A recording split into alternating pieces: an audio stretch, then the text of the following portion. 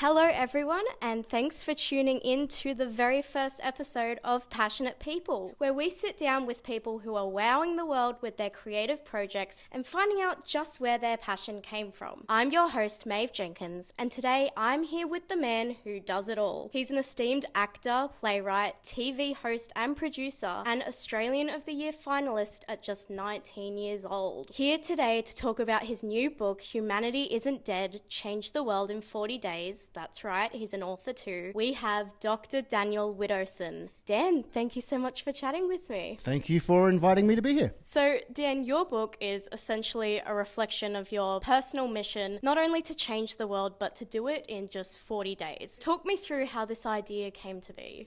Well, it was a very specific moment when I was looking at a newspaper and it was the headline on the front page read, "Humanity is Dead."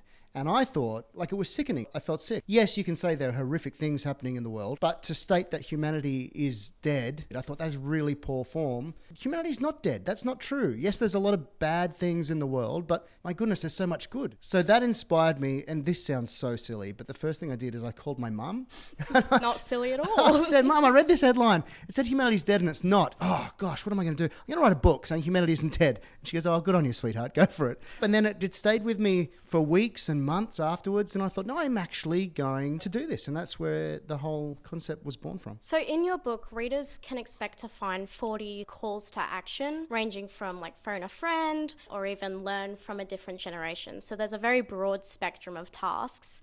What was the process behind choosing such specific actions to share? Were they things that you've sort of seen in your own life, or did they come from external influences? A little bit of both. I think the first one is write a letter, and that is because it was a few years ago now, but I received a Christmas card, a letter from a buddy I went to school with years and years and years ago. There is something about slowing down, picking up a pen, writing on paper, and that slower pace that was separate from just a text or an email. I thought, oh, that's really wonderful. And so there's all these little moments in life that I reflected back on, and I thought, that made a difference to me. That made me feel better that day. That changed my world in that moment. Let's include that so we can do that for someone else. Yeah, well, like related to sort of slowing down and thinking about what you're writing, what I really love about the book is that not only do you ask your audience questions related to the tasks, but you leave space for them to write their personal reflections. What do you hope that audiences would gain from this type of engagement?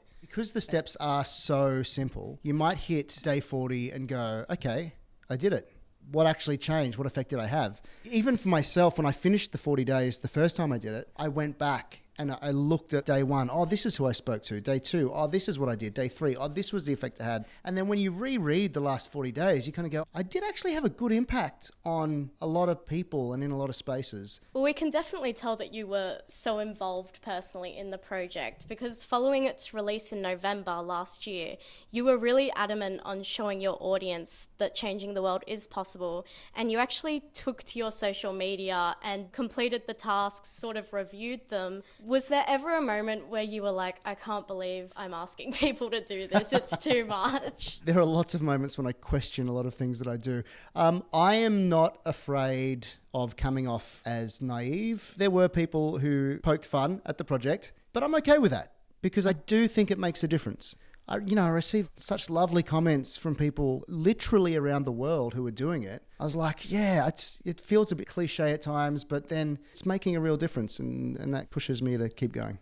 My personal favourite was when you took a Pilates lesson, because Pilates is very difficult, but I can see how that would motivate audiences when the person who's creating these tasks is showing that it is tangible. Is there anything that you gained completing the whole journey? I was reminded that there is so much goodness in the world, and that came from people who were writing to me as they were doing the journey at the same time. Well, Dan, I think it's pretty safe to say that you're a very passionate person.